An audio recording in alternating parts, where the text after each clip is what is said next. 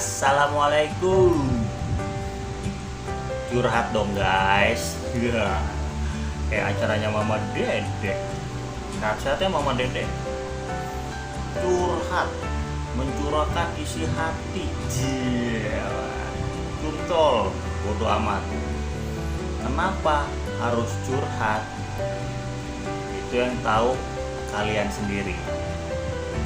Oke guys, kembali lagi sama gue di channel Abejo. Gue kali ini mau bahas tentang curhat.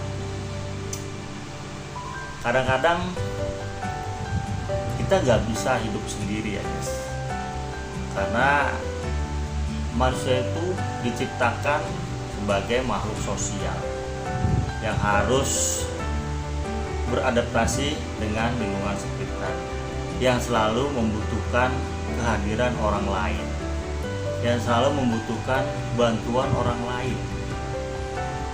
Dan kita juga sama, saling bantu-membantu pada orang lain.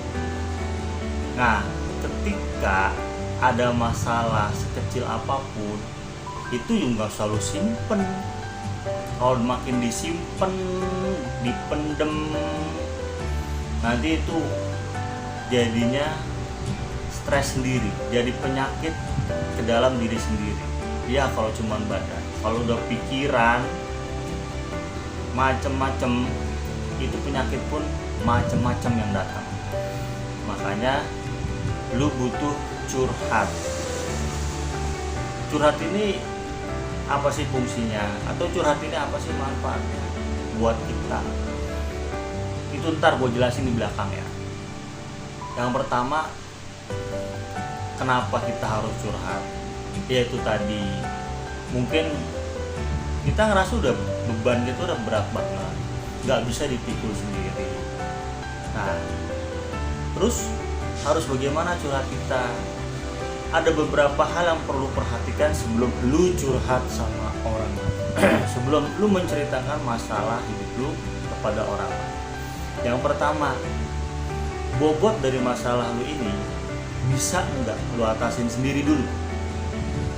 Kalau udah bisa lu atasin diri sendiri, berarti strong, bisa melalui fase ini.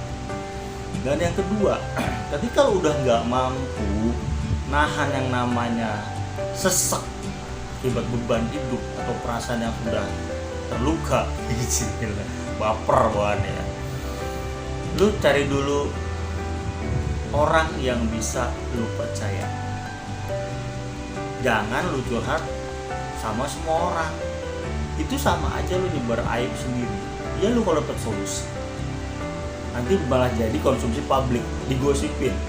Si Anu curhat sama gue begini, si Anu curhat sama gue begini, kok sama, dia gue curhat sama gue begini. Itu yang perlu diperhatikan dan sangat hati-hati, karena ini menyangkut masalah hati. Jagalah hati, kalau kata Agim.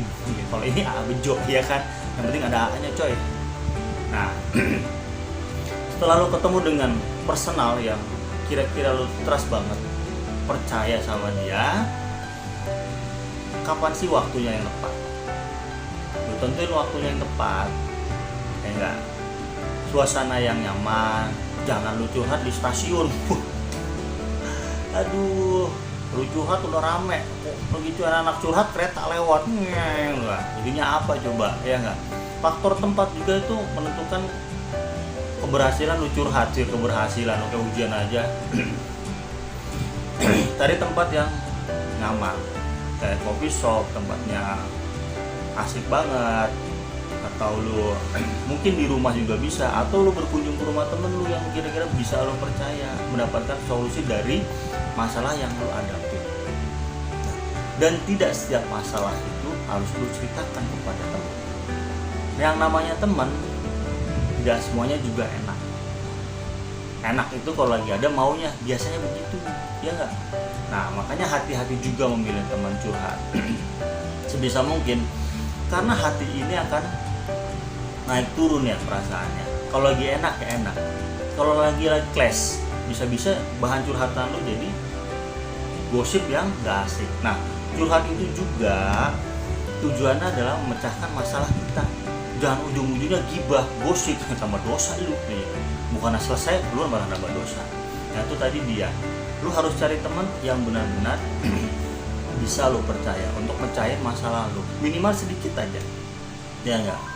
Nah ketika sudah dapat teman dan tempat, perlahan-lahan deh lu ungkapin apa sih yang lu rasain, apa sih yang lu bikin kayaknya hidup tuh berat banget gitu kan. Padahal bukan cuma lu doang yang punya masalah, tapi kalau itu perlu, ya sudah, ceritakan saja masalahnya.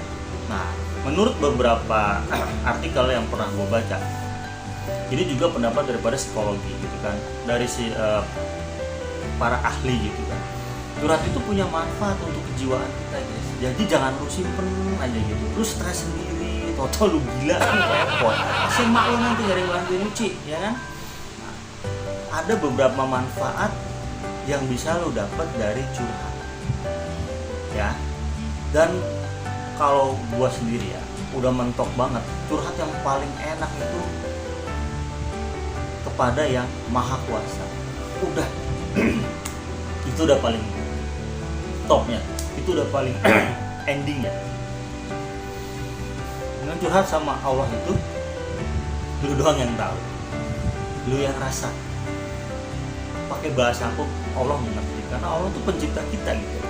Curhat aja sama Dia, apapun lu tumpahin. Dan enak lagi curhat itu tengah malam, 1/3 malam. Kalau yang muslim ya sambil sholat tahajud baru curhat. Kalau yang non muslim bisa juga sambil lu meditasi, renungin aja, ngomong tuh sama Allah yang banyak. Allah itu pasti ngasih solusi, asalkan lu tetap ingat sama Allah. Dimanapun lu berada, lu harus ingat sama yang maha kuasa. Zikir sebutannya. Ingat aku, maka aku akan mengingat kamu. Itu kata Allah, bukan kata gua. Kayak begitu ya. Nah guys, jadi ada beberapa manfaat dari curhat, ada beberapa manfaat dari sharing. Dan menurut para ahli psikolog, itu yang pertama, lepasin dulu beban yang ada di hati dan pikiran. Karena kalau udah kepikiran pasti ke badan larinya. Itu relax banget, itu lepas, itu plong. Walaupun gak semua masalah lu itu bisa lepas, minimal lu sudah membuang energi negatif yang ada di dalam diri itu. Nah, untuk manfaat yang lainnya bisa lu lihat slide-nya yang ini.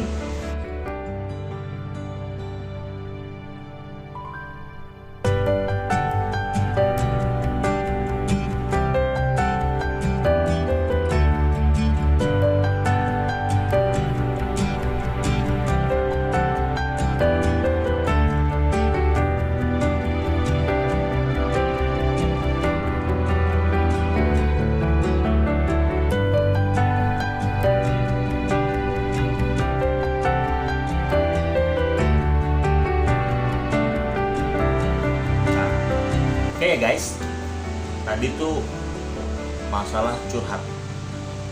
Kapan lo harus curhat? Di mana lo harus curhat? Kepada siapa lo harus curhat? Dan juga manfaat dari curhat itu sendiri. Semoga video ini memberikan manfaat, memberikan solusi. Saran gue tetap semangat, sisihkan waktu untuk olahraga, tetap tersenyum bagaimanapun keadaan lu. Optimalkan doa, jaga kondisi, dan jangan lupa bahagia. Sampai jumpa di video Abejol selanjutnya. Assalamualaikum warahmutulahi wabarakatuh. Utamakan K3.